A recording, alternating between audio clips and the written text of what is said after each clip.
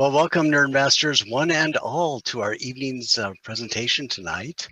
And we have, as you can see before you, a very exciting and interesting evening.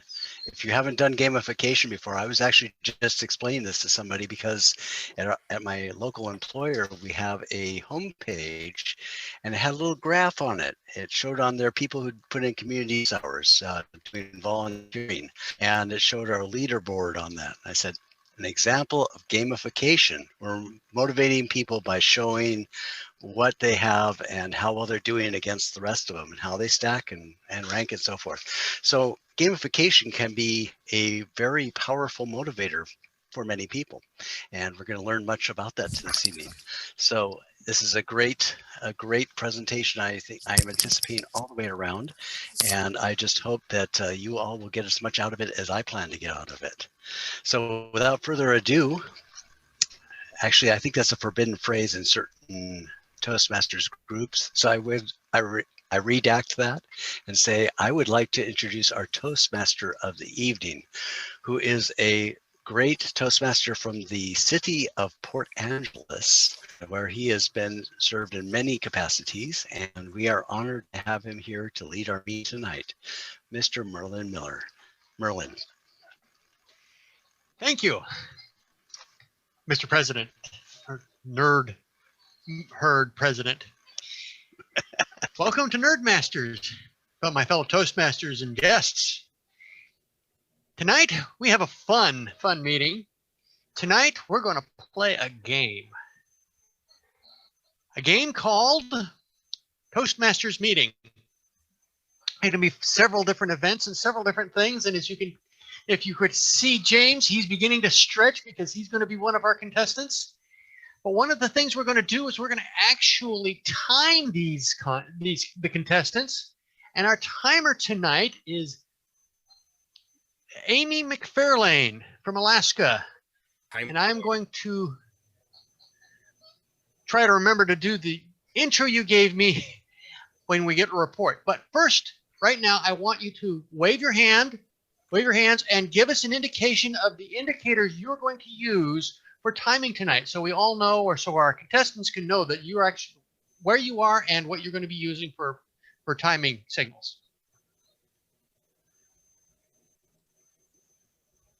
Yes, I have the stopwatch background, and our two speakers tonight are each speaking for 20 minutes. They've asked for the green flag at 10 minutes, the yellow flag at 15 minutes, and the red flag at 20 minutes, and that's the timing you will see. For our tiny tech moment, I will do the green flag at 3 minutes, the yellow at 4 minutes, and the red at 5 minutes. And for table topics, I will do the green at 1 minute, the yellow at 1.5 minutes, and the red at 2 minutes. Thank you, Amy. And now, the next thing we're going to do is we're going to have a word that we're going to be getting points for when we use this word, and that word is going to be avatar. Don Shaw, would you please let us know who you are and give us an idea of what you're going to be doing tonight as Gamificator? Okay, as Gamificator, I'm going to be listening and figuring out if everyone's using language correctly. Did you want me to talk about the word avatar? Hey, give us a quick avatar is definition. actually a very interesting word. Quick, I have a whole page on avatar. It originally comes from Hinduism, and it's a manifestation of a deity or released soul in the bodily form on earth, or an incarnate divine teacher. However, the most common term that we know is as an icon or figure representing a particular person in video games or on the internet. One of the things I wanted to say about avatar, though, is it's actually derived from a Sanskrit word called avatra, meaning descent. And it was first appeared in English in 1784 to mean an incarnation or human appearance of a deity, particularly Vishnu. So avatar is actually a manifestation of a god. And one of the things that I thought was very interesting about this term is even though it was used earlier, it was actually became popular because of a book called Snow Crash by Neil Stevenson, who is the first one. Well, he made the term popular because he directly related it to what they call the what is the word? Sorry, I'm going out of order because I'm trying to save time. Basically, in the virtual world. So he's the one, and Snow Crash was published in 1992. So that's when the term avatar really took off. A lot older than I thought it was. Fascinating. Thank you, Don. Yes, fascinating, interesting. I never really heard the origination of that word. Well, it was 1986 is when it first kind of came out, but it wasn't until Snow Crash was published that it became a more popular term. Cool. Very cool. Lastly, before our first contestant, we have our counter. Miss Sandra Kolb will be actually counting how many times we and maybe even a few actuallys, and I am actually guilty of using actually a little too often. And we'll get with that at the very end of the meeting, and our evaluation portion. But now I would like to introduce our first contestant. He is a D&D player, a nerd, and apparently knows American Sign Language really well because of his family members who have it. And he could actually teach us a lot about American Sign Language. But tonight he's going to tell us about finding a better way, tech, communication, and fun, apparently using Dungeons and Dragons and D20s. Ladies and gentlemen, Mr. John Stopchak.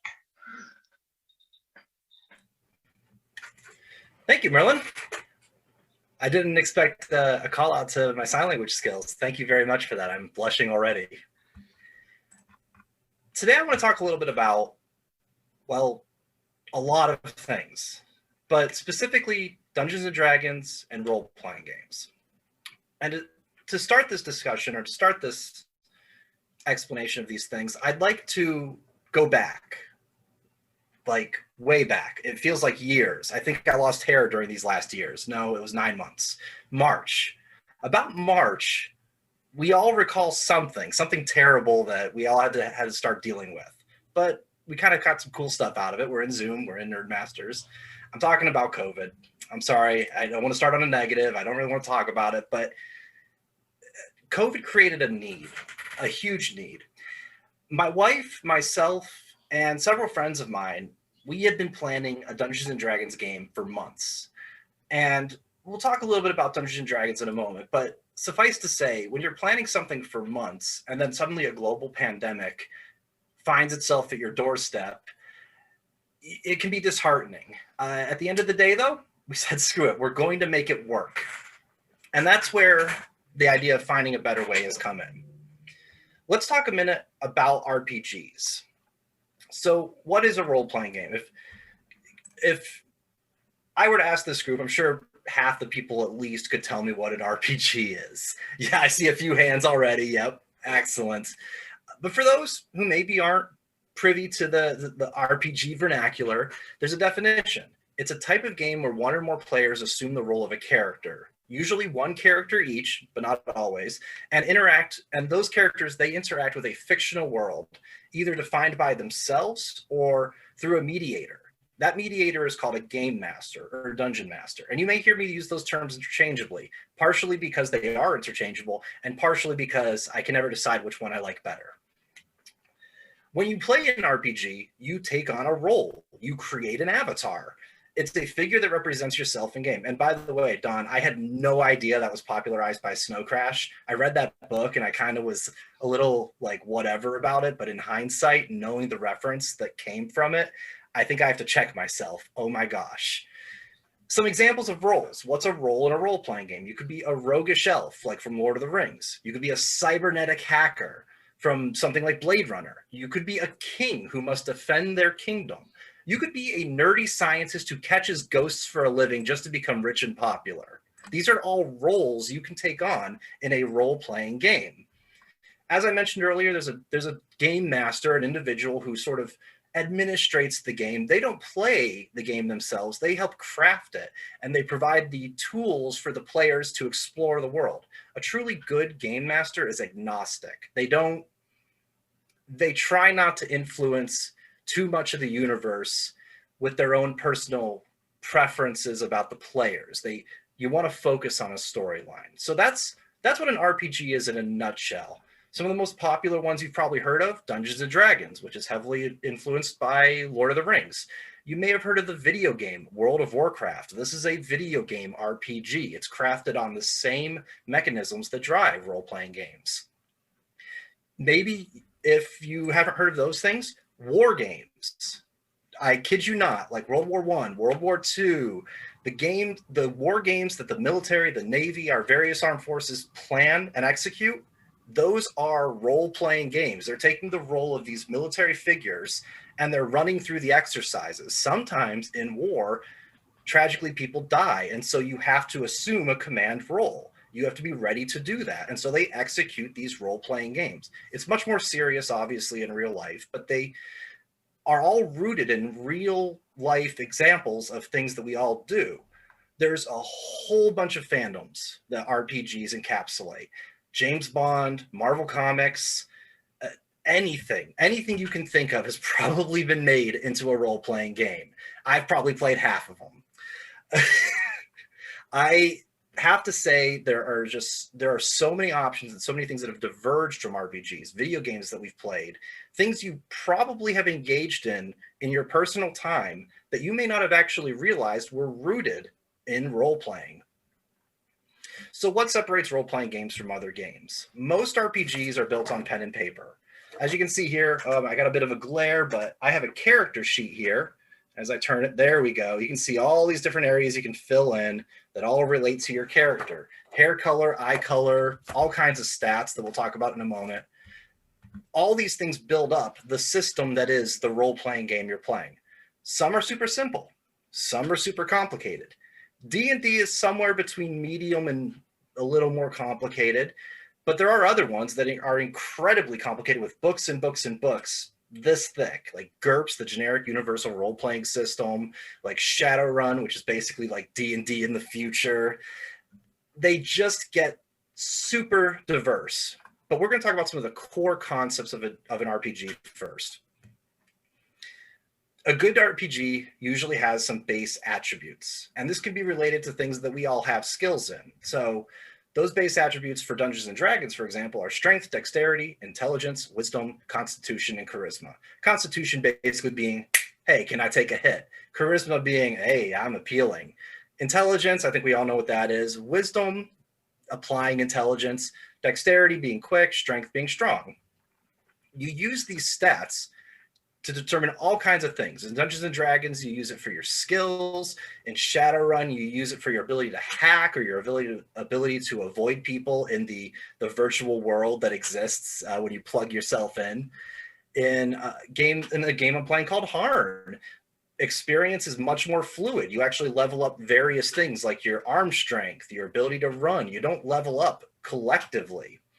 All of this is usually measured in something called experience, or XP. That's the short term for it. And then if you get a certain amount of XP, you level up. We do this in a very similar way to Toastmasters, in fact. We use pathways. We go through our different levels. In my case, I'm an innovative planner. And an innovative planner, I'm level 3, literally called a level. Same idea. I have to complete 4 objectives. Those objectives are certain speeches. If I get those speeches, one could argue that I get a certain amount of experience, which translates to these levels that we all get. There are also some other branch things that you can do in different RPGs. In Shadowrun, your ability to hack things can make you a certain strength or apply a certain set of skills. In Dungeons and Dragons, you have classes like Rogue, Fighter, Druid. Think things like from Lord of the Rings. And then on top of that, in most games, there's some analog of the concept of skills. In Toastmasters, we would talk about our skills like leadership, body language, vocal variety, the ability to evaluate. These are all skills that we can all work on and level up. Maybe we only are a level 1 speaker, but we're actually a level 5 presenter with our body language. You can break these things down. And in Dungeons and Dragons, there's equivalents. In Shadowrun, there's equivalents. In Harn, there's equivalents. There's just tons of these things that can be utilized in these different games. And that variety is what makes it really interesting. There's a lot of questions that you as a player would think, how do I do this? Usually the dungeon master knows these things for their chosen game, and they tell you the answers. And so that's why you need to have a trustworthy DM. Otherwise, you might have one who rolls a 1 when in fact they rolled a 20, and so you don't get that bonus you thought you deserved. Let's talk a little bit more about how this relates to Toastmasters, why it's so important to Toastmasters. A good game, it requires 2 things, participation and reward. A good game you will remember because of the experiences you had and then the benefits you got from those experiences. And there's a meta level to this. There's first the experience you got to share with your friends playing the game, and then there's actually the experience your character accrued playing the game. In Toastmasters, that's the experiences we share as Toastmasters together as Nerdmasters, and then the equivalent experience you learn executing certain speeches, maybe networking, maybe PowerPoint, using Zoom.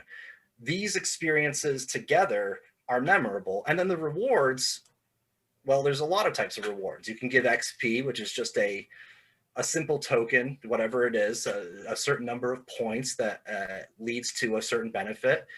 Obviously, there's the benefit of actually getting to spend time with people, which, if you make it fun, is its own reward.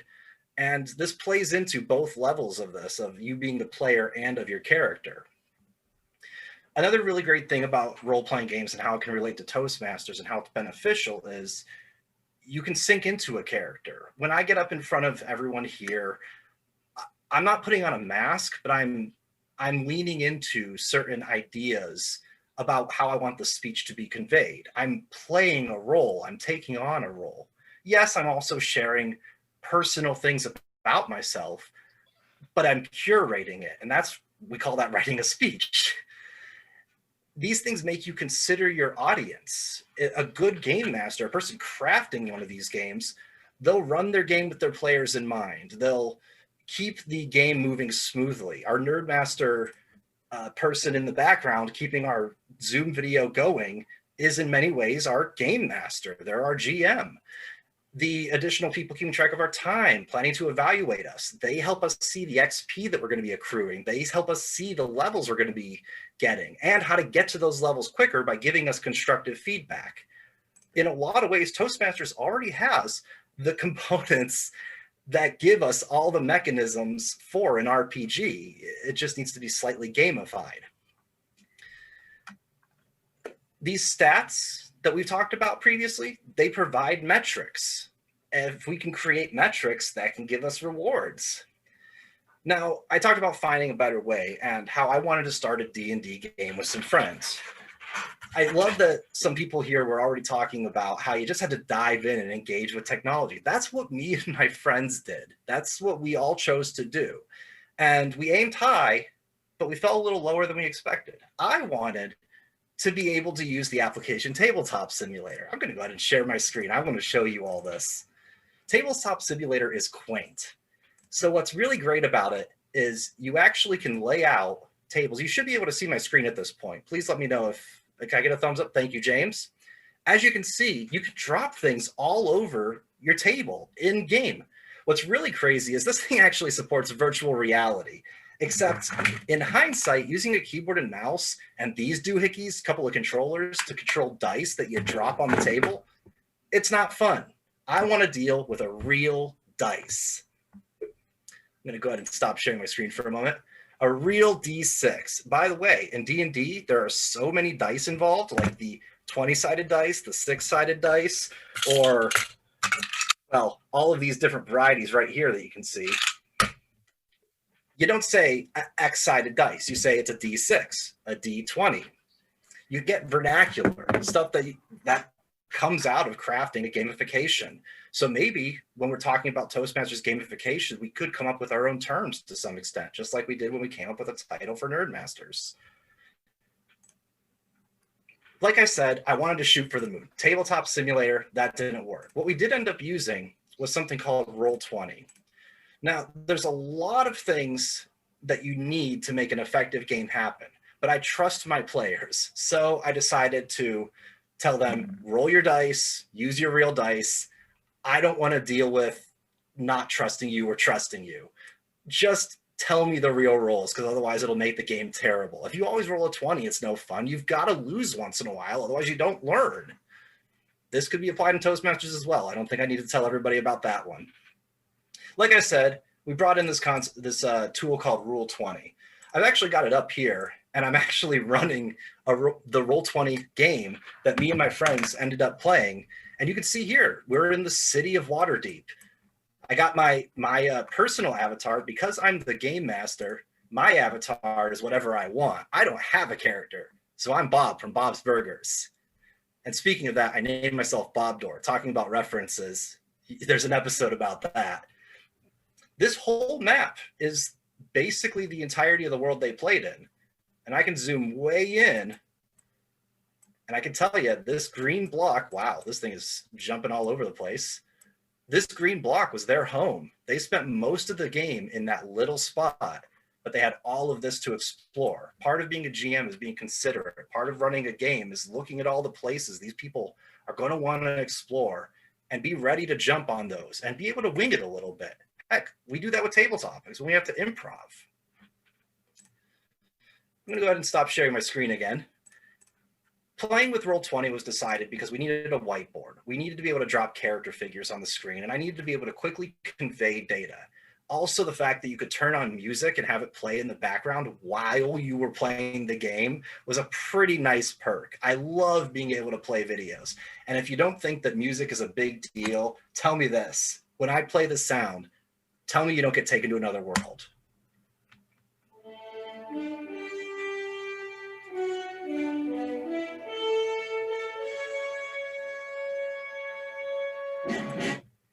Live long and prosper, friends. That song takes you exactly where you expect it to. And just like in D&D, you can do the same thing. You can tell people the feeling you want to give them. Play a high beat tune because you're in battle. You can play a victory theme after they've won the battle to make them feel strong. There's actually one from a game called Final Fantasy that if you play it, you'll be everybody's friend if you're running a D&D game. There are other options if you don't want to use Roll20. We use Zoom here. And I think we all are pretty fond of Zoom at this point. There's also Microsoft Teams and Facebook Messenger. We used a lot of Facebook Messenger for communicating between sessions, which is also something that would aid in Toastmasters, is being ready to communicate and plan ahead.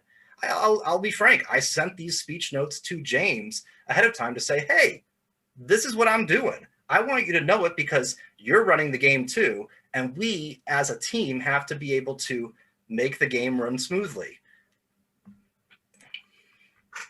Finally, I just want to share some key takeaways about putting all this together, about putting together a D&D game, translating it to Toastmasters. Connecting socially in quarantine is critical. We, as people, are social creatures, and not executing social events can lead to detrimental effects. We need to build our gray matter. We need to have fun while we do it to support building more gray matter, to build our brains. Seeing friends is a good experience in general. It's emotionally helpful. And learning these new tools will supplement your experiences in the business world, outside of business even. You can visit your friends and family online. I think I'm preaching to the choir a little bit with this group, but I can't stress enough how important it is to dive into new things and try new things. This doesn't just apply to role-playing games. It applies to board games. It applies to drinking together and having fun. We're at Toastmasters. Let's talk, let's engage. And we use Zoom, yes, but that's a bare minimum. Is there a conferencing app that lets you set ambient music? I don't know, but I'm looking for it. Don't forget, cell phones are also insanely powerful. Cell phones let you communicate directly with people. In the D&D world, that you want to be able to sneakily send some message to your fellow cohort as you're adventuring. your cell phone is a great secondary tool while you're engaging. So with all of this, I want to give you a challenge. If you've never played a game online, have an online board or card game night. Play Uno. It doesn't matter how complicated or how simple it is. Just pick something. If you like poker and you're a card shark, do it up. I love poker. If you have played games online, host an event. Do something more complicated. Challenge yourself with something you don't know how to do. Run a barbecue. Host a D&D game. The internet is amazing, and this damn virus makes it obvious that we have the tools to do and share anything we want. So do it. Thank you.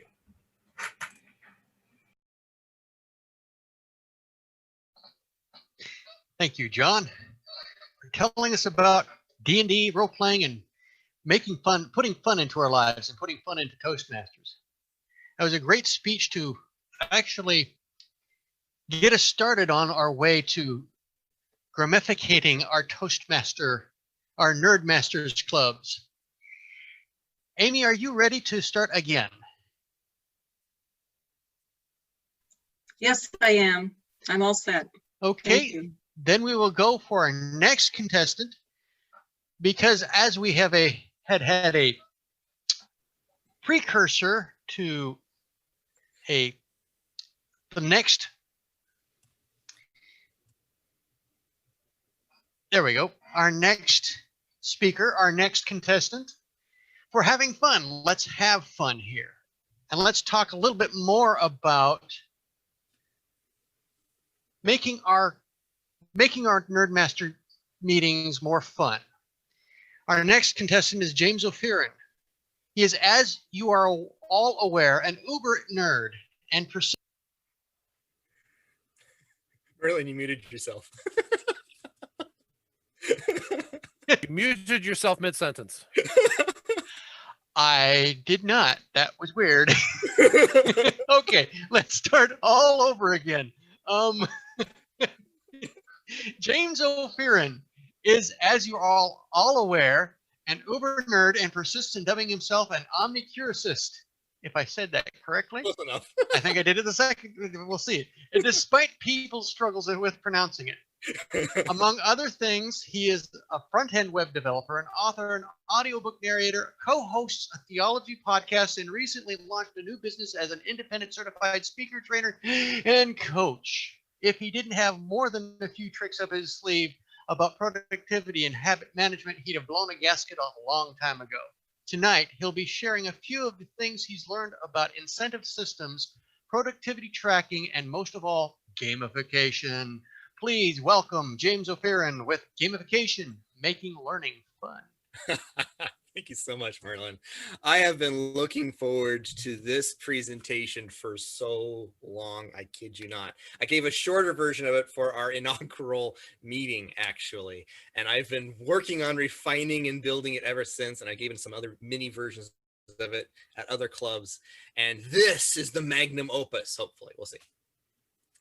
And John did an amazing job of paving the way for this presentation. He started from the games and all of the fun you can have with them, and then showing they can actually be practical too.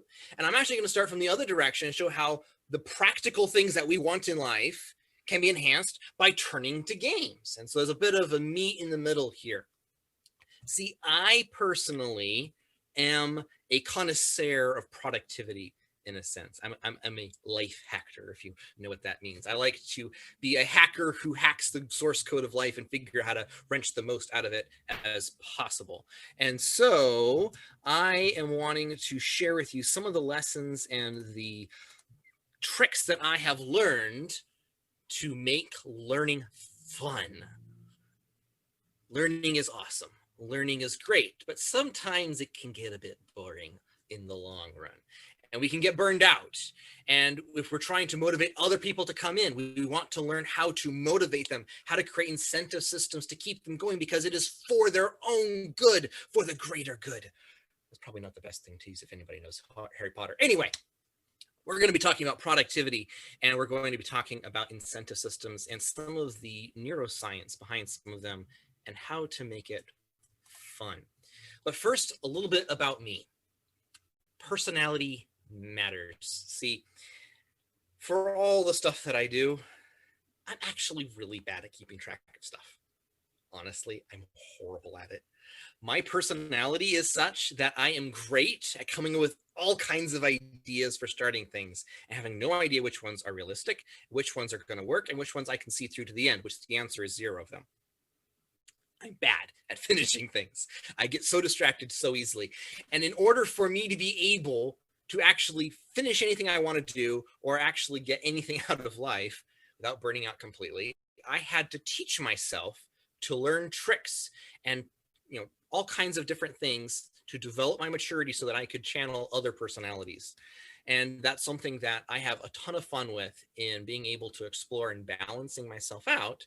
But that also means that I get some insight into all the different nooks and crannies of the psyche of different people who are different from me. And there's a lot of stuff that comes into that impacts how you're actually going to be motivated, how you're going to learn, and how you're going to grow.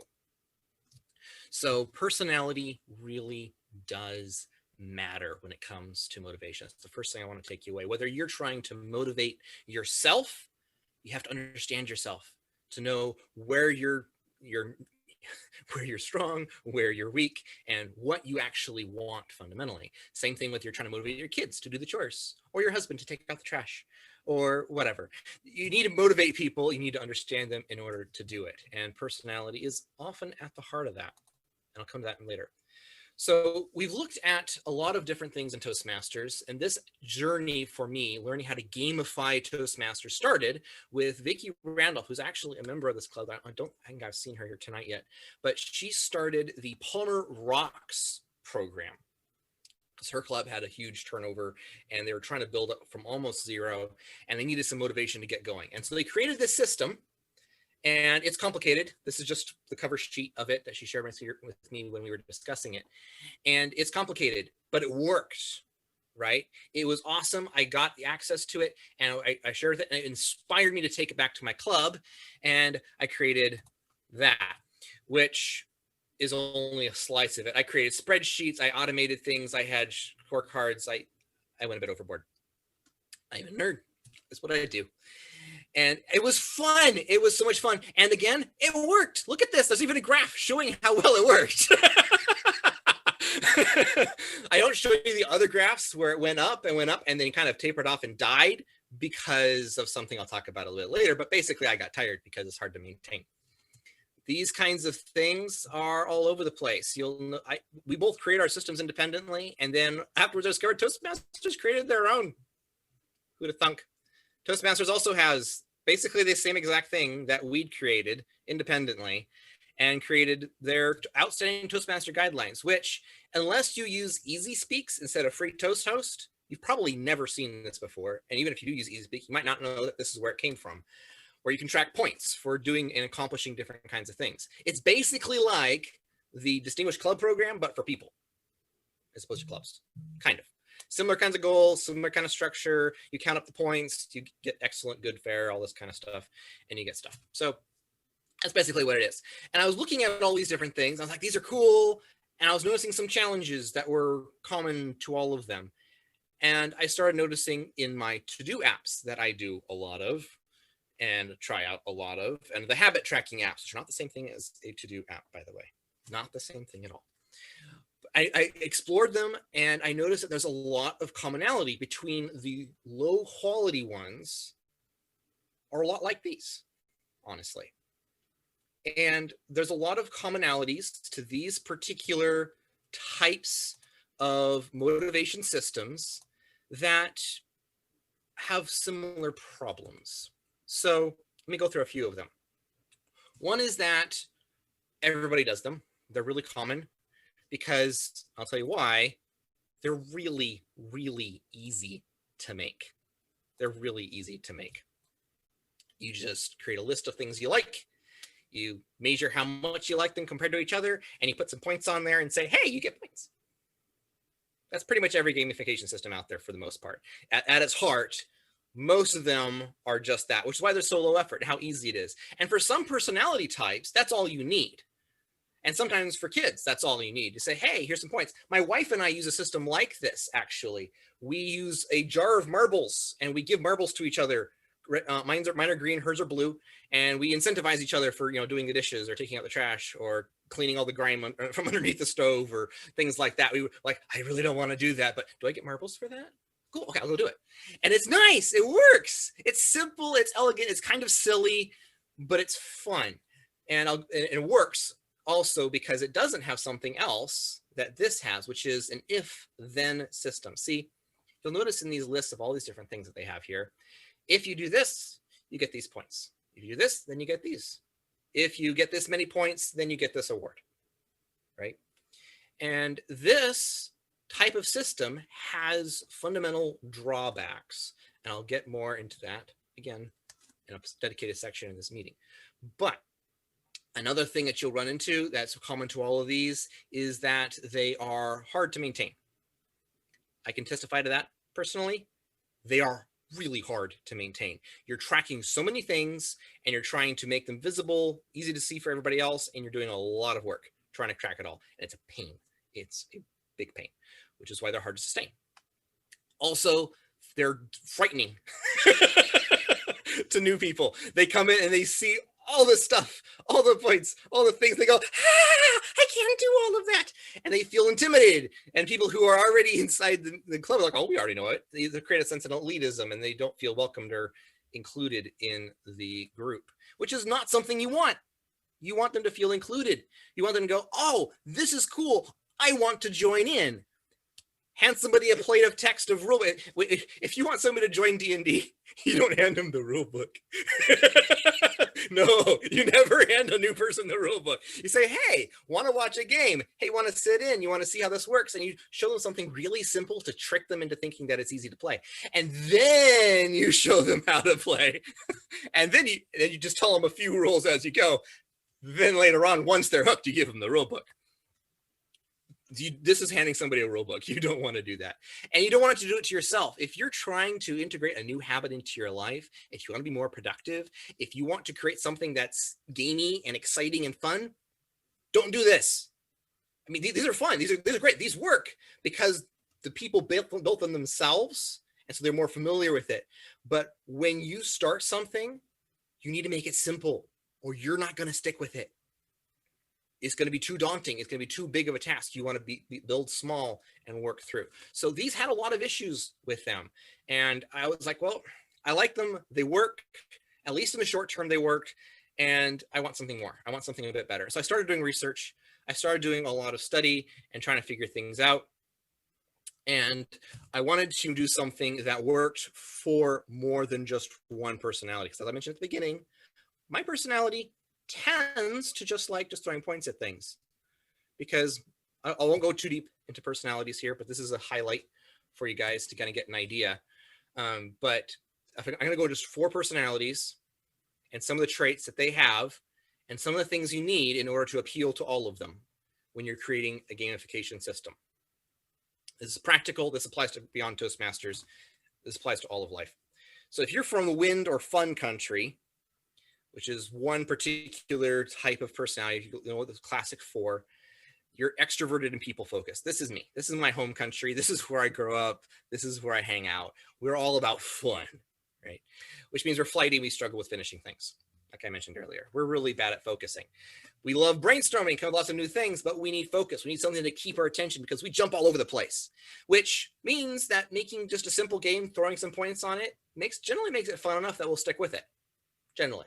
The problem is that it starts an arms race, because then something else gets you flashier points. Those points have animations. See, that's cool. Those points have theme music, and you run off and start the new game and don't finish the one you're on. And so it creates this cycle of issues. So you need something a bit more than just focus typically. You have water or peace country. This is my secondary. People are introverted and people focused. They avoid conflict. These are the kinds of people you want in your team, by the way, because they keep everybody else from biting each other's heads off. These are people who love connecting with each other, which means that they need validation. They're oftentimes they're pushovers. They like to just do whatever everybody else says.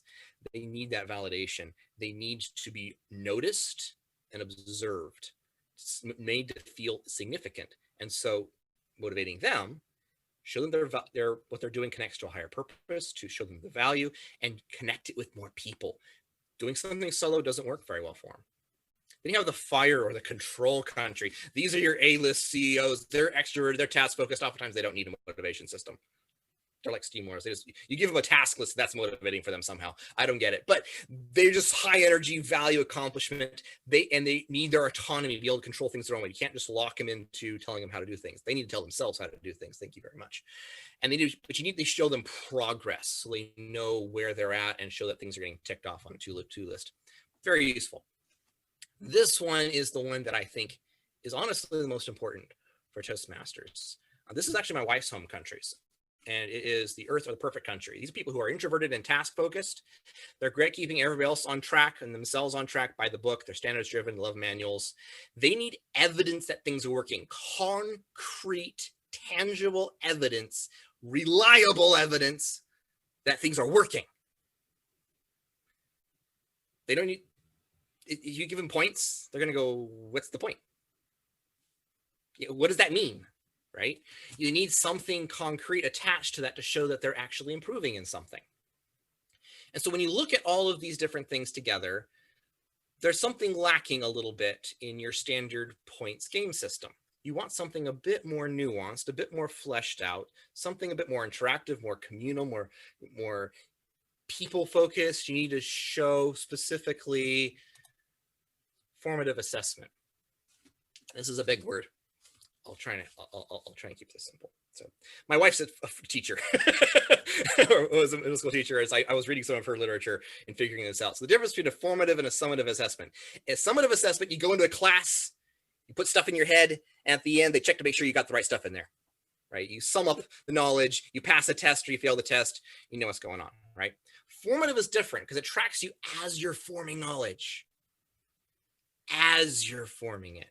Right? Which means it's immediate, it's tactile, it's specific, it's timely. And so you're able to adjust as you're going. This is the power. This is the nuclear power of peer-to-peer mentoring groups like Toastmasters. Toastmasters is fundamentally not a classroom thing. This is why the curriculum itself actually doesn't matter all that much. Maybe speaking heresy for some people, but Pathways versus the original legacy system, and or not the original, but the ones before that, that doesn't matter. It really doesn't, honestly. The value of Toastmasters is in the evaluations. That's what Toastmasters is. It's that peer-to-peer mentoring happening in the group, giving each other evaluations as you're growing, giving yourselves formative assessments to learn and see your progress and growth, right? And this is what a lot of these systems miss. Right? Because they are, like I said earlier, if-then systems. Now, what I'm going to say now might surprise a lot of you, but a lot of times giving an award for doing something can actually be demotivating. I did a speech on this for Sound Advice recently, and it's talked about if and versus now that. And one of the things that is counterintuitive for a lot of people is that some things have intrinsic motivation. Wanting to learn, grow, master your skills is intrinsically motivating for people, right? Just like all of those things I was talking about before, those are all valid more for some people than others, but they're valid for everybody. But one of the core motivating factors for every personality type is the pursuit of mastery. Knowing that you're improving in something tangibly, right? This is why it is so critical to be careful, because if you replace that the intrinsic motivating factor with an external motivational factor, sometimes it can devalue the intrinsic motivation and they will stop being motivated by it. It's like paying somebody for eating cake. Sometimes it doesn't taste as good. It messes with your brain. And what's interesting, they've actually done studies that show that if you are just giving them if-then, like saying, you know, do this many projects in Toastmasters, you get this reward. Do this many projects, you get this reward. That kind of stuff. It actually inhibits psychologically your capacity for creativity and learning. That's bad. In Toastmasters, we don't want to inhibit creativity and learning. And so we want to avoid if-then type systems. We want to instead use a now-that system, which is far more powerful, where you're actually responding to things after they happen in a subjective way, where they're saying, now that you've done this, here's a reward. There's actually a company that does with their bonuses, where instead of giving everybody, merit-based bonuses, they have everybody in the company have the power to give each other $50 bonuses. So you have to just be nice in general, because you don't want to pick people off and lose your bonus. And so people can just give it, and it's specific, it's actionable, it's useful, it's valuable. People can compliment you, and it actually means something. So this is what I wanted to build, is something that is an accessible, easy to learn, motivational, means it's fun. It has the points. It has all the system that John was talking about, with all of the fun things that happen in an RPG or something like that. And it's formative assessment tool, right? So it's as you go. So it's specific, actionable based off of what you're doing. It needs to be built around the peer-to-peer mentorship that's already in Toastmasters, not replacing it or anything like that. And it needs to provide precise and reliable matrix for measuring growth. This is what I really wanted to make, because it is so hard to measure accurately something as subjective as how good of a speaker am I? You can give evaluations, but how do you track your progress? How do you satisfy that need to understand, am I actually improving? Ultimately, I want a precise way of growing and learning and being able to do that. So this is what I've created. Nerd Mastery. And this goes beyond Toastmasters. I've been developing this for application for a bunch of different things, and you're going to help me create a part of it for Toastmasters today here. There's two aspects here. There's a lot more I can go into the details, but this is kind of an overview of what I've done. So what you have are cards that you can evaluate somebody with, and you rate them and you give them to each other, right? And that's an evaluation aspect. You just give each other these cards. You get the cards through leveling up and through, being a member and doing different things. And so it's kind of like a, deck building game if you played like Magic the Gathering or Dominion or one of those kinds of things. So it's kind of like that, but it's super simple interface. You just have these cards, you share them with each other. You can do them digitally, you can do them in person, right? And it's super easy to work with. And you just fill out what you thought somebody did, and you rate them. And it takes that rating. There's lots of math behind the scenes. I did not show you guys the math because the math is terrifying. It's a lot more complicated behind the scenes. It's simple in the front, complicated in the back, because they need those cards will actually be taken to calculations to create accurate, precise measurement of your skill growth. So you'll have skills on, you'll have a character sheet. You'll have classes, have traits, all this kind of fun stuff like that. You'll have different attributes. There will be 12 of them. 6 will be leadership, 6 will be communication traits, and it'll be just like your strength, dexterity, intelligence, charisma, wisdom, etc. Right? Just like that, but there'll be different kinds, like maybe your vocal variety or body language. We'll figure that out in a second. And those skills will be rated. You'll have a rating, just like a chess rating or something like that, and it will actually reflect how good you are at it. This is why I'm excited about this. This is so cool. They'll be influenced by those evaluations, and the evaluations will be weighted based off of how good you are at a particular thing. They'll reflect your actual performance level and all that kind of stuff. You'll also have these levels that measure your participation in the program itself. So get experience in the club, and you can level up as be more experienced person. You'll unlock more feats and features and fun stuff like that. But all the rewards are based on being able to give better evaluations to other people. So this is an overview of what I've created, and I've done a lot of work to make sure that what I've created will actually match all the stuff I've just described. And you can use these different principles and apply them to creating your own gamification systems for whatever you want. Like I said, everything from teaching your kids to do chores to getting your husband to take out the trash. But this is what I'm creating for Nerdmasters, specifically for you, and you guys get to be the guinea pigs to make this work. And I'm really excited about it. I am super excited about this, and I want to thank you guys for sticking around and watching me create it here. We are actually going to be doing a bit of a workshop and creating part of this ourselves here.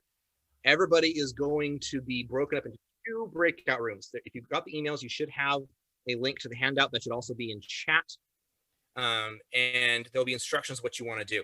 So what we're doing is we're picking these skills, these attributes, right? And you're going to be in a group. You're going to be together. I'm going to be in there with one of you guys, and a few of us who've been working on this together. Our nerdy team has been working on this together. We'll be in there with you. We're working together, and we're going to focus on creating. One group is going to make 6 communication traits, and then that was creating 6 leadership traits. And the cool thing about this is that you're basically participating in creating a gamification system. And the process of deciding on these are going to be applicable to your own personal life. I won't go too far into that, but being able to, measure out your own traits, things that you value in your own life is super valuable. So this is good exercise for just general life growth as well. But you'll also be creating a gamification system at the same time. So I think we are ready, sir. Beam us up. Welcome back, everybody. All right. So I'm going to be, I'm still taking a few notes from our thing. I'll present ours. James is going to represent the communication room. Yep. Who's representing the leadership room? I see John over there. Yeah, me. I'll go ahead and do that. Oh, fantastic. All right. How'd it go? Run with it. Oh, me first? Go ahead. All right. Slapping hands. I'm going to share my screen. So Okay. we had a really cool system that came together all in real time. So it was really fun. Nice. So what we did was we took your breakout room guidance, and what we did was we just shotgunned as many terms as we could against the wall that defined leadership. They didn't have to be necessarily unique. They just had to be terms that define leadership. Then we distilled those terms into groups, and then at the very end, we picked the key terms that we felt represented those groups of terms most appropriately, and we got a top 6 out of it. Fantastic. That's kind of what we were doing too, just not quite as structured as that. I am actually going in chat right now, and I'm going to drop it in, but the punchline is motivator, empathy, builder, strategy, vision, and uniter. So maybe those terms need to be, the tenses might be off, but those are the core concepts that we felt drove leadership at a high level. Cool. That is really cool. And I think some of those actually free up some of the ambiguity from our side too. So that's actually really cool. Love it. So James, are you ready to report? Sure. And maybe we can discuss it further if you want to, because we do have a bit of time, I think. Where are we at on the schedule? We're about 5 minutes behind, actually. Oh, okay. Never mind then. All right. So we were going through a lot of different traits and stuff, and we're having an issue balancing them into specific ones. We ended up coming with 4 specific categories with some other ones that I think we can flesh out and tweak around. So I'll be able to run with it and refine the last little bit at the end. So it was hugely productive, though. We got a lot of really cool insights. So one was your manner.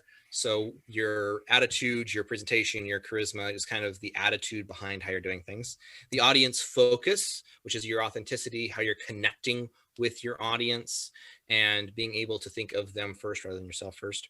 Then there's your voice, also that goes into your vocal variety and all that kind of stuff. And then your body language and your presentation at using the stage and those kinds of things. So we had some other aspects here like dynamics, your courage, like how far are you pushing the envelope with it, your structure of your presentation, and then a couple other words that kind of fit in with those other ones. But I'm thinking we're probably going to end up with structure as another one, and then probably courage as another category for whether are you actually pushing your envelope with your particular presentation.